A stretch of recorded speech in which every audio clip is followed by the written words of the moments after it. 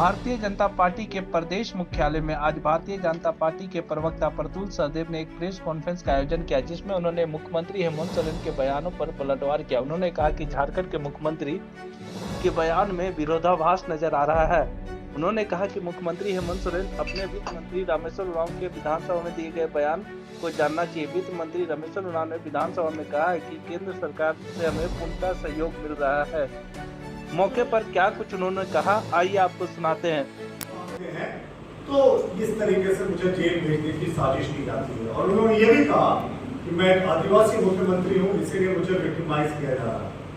अब माननीय मुख्यमंत्री जी की बातें कितनी कॉन्ट्राडिक्टरी है, अगले कुछ मिनटों में हम आपको ये सिद्ध कर देंगे। सबसे पहले तो माननीय मुख्यमंत्री जी ने कहा कि बहुत भारी भरकम बकाया है केंद्र पे और पैसा मांगने के कारण उनको जेल में भेजने की साजिश हो रही है। तो माननीय मुख्यमंत्री जी को याद दिलाना चाहेंगे कि विधानसभा की प्रोसीडिंग को पलट कर देख लें। उनके ही माननीय वित्त मंत्री रामेश्वर उरांव जी का विधानसभा में बयान है कि केंद्र से हमें सब अपेक्षित सहयोग मिलता है बैंक की राशि या अन्य राशि में। जब भी हम लोगों ने केंद्र से जैसा जो आग्रह किया है वो केंद्र ने स्वीकार किया है। यह मंत्री रामेश्वर उरांव जी का ऑन रिकॉर्ड विधानसभा में बयान। तो माननीय मुख्यमंत्री जी इसके इतर क्यों बोलने लगते हैं और उनका कहना कि कोयले की रॉयल्टी से लेकर बहुत लंबा और चौड़ा वो हिसाब बताते हैं। तो हमने उनको हमेशा कहा कि इसमें आप ये भी बताने का कष्ट करें कि जब आपके पिता आदरणीय शिबू सोरेन जी इस राष्ट्र के कोयला मंत्री थे तो उस समय क्या बकाया था और उस समय शिबू सोरेन जी ने क्या प्रयास किया था कि इस पैसे को लाने का। बहरहाल केंद्र के लिए झारखंड हमेशा एक स्पेशल राज्य है और प्रधानमंत्री जी हमेशा चाहते हैं इस ट्राइबल राज्य में कि इसका अपेक्षित विकास हो, राज्य का वो हमेशा सहयोग मिलता है। लेकिन हर घर नल में योजना में राज्य की क्या स्थिति ये भी किसी से छिपा नहीं है, पूरे राष्ट्र में ये अंतिम पायदान पर चल रहा है। अब लौटते माननीय मुख्यमंत्री जी ने बड़ी इंटरेस्टिंग बात की। उन्होंने कहा कि मुझे जेल भेजने की साजिश हो रही है। हम उनसे जानना चाहते हैं माननीय मुख्यमंत्री जी, आपकी झारखंड पुलिस 41A का हजारों नोटिस हर एक महीने में जारी करती है, तो उसमें तो कोई नहीं कहता कि आपको जेल भेजने की साजिश हो रही है। तो एक केंद्रीय एजेंसी ने आपको नोटिस जारी किया, तो इसमें आपको कैसे लग रहा है कि आप जेल जा रहे हैं? क्या आप अपनी अंतरात्मा की आवाज से इस बात को बोल रहे हैं कि आप जेल जा रहे हैं? क्योंकि कहते हैं ना कि आदमी बहुत कुछ भी कर ले, उसकी अंतरात्मा को उसको सारी सच्चाई पता होती है कि उसने क्या गलत किया और इस गलती का अंजाम क्या होगा। तो शायद मुख्यमंत्री जी यहाँ पर अपनी अंतरात्मा की आवाज से जेल जाने की बात को कह रहे हैं। और एक सिंपल सा नोटिस है साहब, सिंपल सा नोटिस को आप तामील करने की जगह आप इधर दौड़ रहे हैं उधर दौड़ रहे हैं, गलत बयानी का सहारा ले रहे हैं। कभी कह रहे हैं हाई कोर्ट में सब जुडिस है जबकि वो डिफेक्टेड होता है, कभी कहते हैं ईडी के पास कि हमने डिफेक्ट दूर कर लिया, फिर हाई कोर्ट से ऑर्डर आता है कि डिफेक्ट दूर नहीं हुआ, इसलिए याचिका की अगली डेट पड़ेगी। तो मुख्यमंत्री जी तमाम हथकंडे अपना रहे हैं सिर्फ और सिर्फ इस प्रोसीजर को डिले करने का। और जो ये आदिवासी का विक्टिम कार्ड खेल रहे हैं कि मैं आदिवासी मुख्यमंत्री हूँ, इसलिए मुझे टारगेट किया जा रहा है। तो मुख्यमंत्री जी आपको अब कुछ फैक्ट्स को याद दिलाने का समय आ गया है। 28 मार्च 2010 को हमारे वर्तमान प्रधानमंत्री नरेंद्र मोदी जी जो तत्कालीन गुजरात के उस समय मुख्यमंत्री थे, उन्होंने 10 घंटे एसआईटी की जांच का सामना किया था और एसआईटी के हेडक्वार्टर जाकर। तो उस समय तो उन्होंने कभी नहीं कहा था कि मैं पिछड़ी जाति से आता हूं, मैं पिछड़ी जाति का मुख्यमंत्री हूं या मुझे कोई फंसाने की साजिश हो रही है।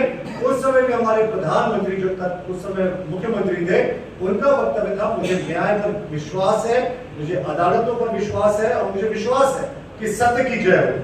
फिर अंततः उनको यूपीए के कार्यकाल में ही क्लीन चिट मिला और उसके बाद सर्वोच्च न्यायालय ने भी उनको इस मामले में क्लीन चिट दी। ये क्लीन चिट जो उनको एसआईटी ने दी थी वो 10 अप्रैल 2012 को दी थी, जिसमें यूपीए की ही सरकार है।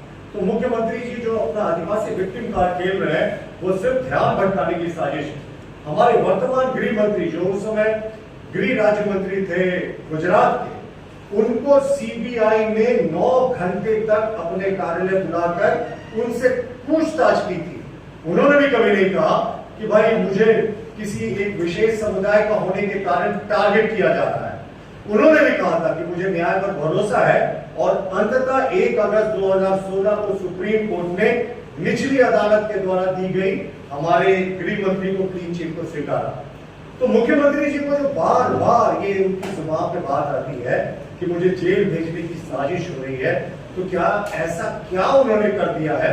वैसे काफी चीजों तो हम भी जानते हैं, जमीन घोटाला हुआ, उसके अतिरिक्त खनन घोटाला हुआ, और इसके जितने मुख्यमंत्री जी के करीबी थे, यहाँ तक कि उनके विधायक प्रतिनिधि पंकज मिश्रा, जिसको ईडी ने मुख्य अभियुक्त माना था माइनिंग स्कैम के, आज तक मुख्यमंत्री ने उनको विधायक प्रतिनिधि के पद से नहीं हटाया, जबकि वो चार्जशीटेड है और जेल में है। मुख्यमंत्री के तमाम करीबी जेल में है, जितने घपला घोटाला स्कैम हुआ। लेकिन ईडी के एक समन पर इस तरीके से वो जेल जाने की बात कह रहे हैं ना, तो हमने पहले भी कहा शायद मुख्यमंत्री अपनी अंतरात्मा की आवाज उनकी जो है वो जुबान पे आ रही है। उनको पता है जितना घपला घोटाला उनके कार्यकाल में हुआ, शायद अंततः उनकी नियति यही होने वाली है। और मुख्यमंत्री जी को मुझे लगता है अपने स्क्रिप्ट राइटर को बदलना चाहिए, क्योंकि अब उनसे वो गलत बयानी करवा रहा है। मुख्यमंत्री जी ने कहा कि 20 वर्षों तक भाजपा ने राज किया झारखंड में। मुख्यमंत्री जी, या तो आप जानबूझकर गलत बयानी कर रहे हैं या आपके स्क्रिप्ट राइटर आपको गलत स्क्रिप्ट लिख कर दे रहे हैं।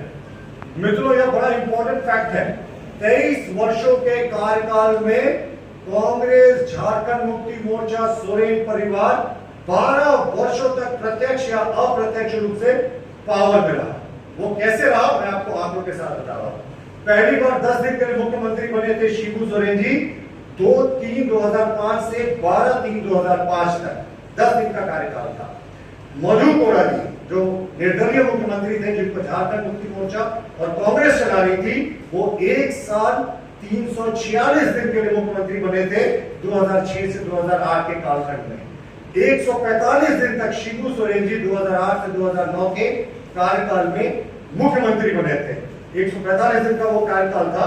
और 2009 से 2010 के बीच में शिबू सोरेन जी फिर से 153 दिनों के लिए मुख्यमंत्री बने थे। और माननीय मुख्यमंत्री हेमंत सोरेन जी का पहला कार्यकाल जो था वो 13/7/2013 से 28/12/2014 तक 1 साल 168 दिन अपने पहले कार्यकाल में मुख्यमंत्री रहे। और वर्तमान में मुख्यमंत्री जी 29 दिसंबर 2019 से अब तक लगभग 3 वर्ष 10 महीने तक मुख्यमंत्री रह चुके हैं। और इसके अतिरिक्त उप मुख्यमंत्री भी रहे थे। उस समय मुख्यमंत्री जी ने 2 साल 129 दिन उप मुख्यमंत्री के बतौर बिताया था। और 2004 से 2014 के बीच में जो यूपीए का शासनकाल था, उस समय 623 दिनों के लिए राष्ट्रपति शासन लगा था। और उस समय राष्ट्रपति शासन कहते हैं कांग्रेस का, और जो यूपीए के राइज थे उनका एक्सटेंशन दफ्तर हुआ करता था। और प्रत्यक्ष रूप से केंद्र की यूपीए सरकार राजभवन के माध्यम से राज्य को चला रही थी। तो यानी ये 12 वर्षों का डेटा ब्यौरा है, जब सोरेन परिवार कांग्रेस प्रत्यक्ष या परोक्ष रूप से 23 वर्षों में शासनकाल में रहा। जबकि मुख्यमंत्री कहते हैं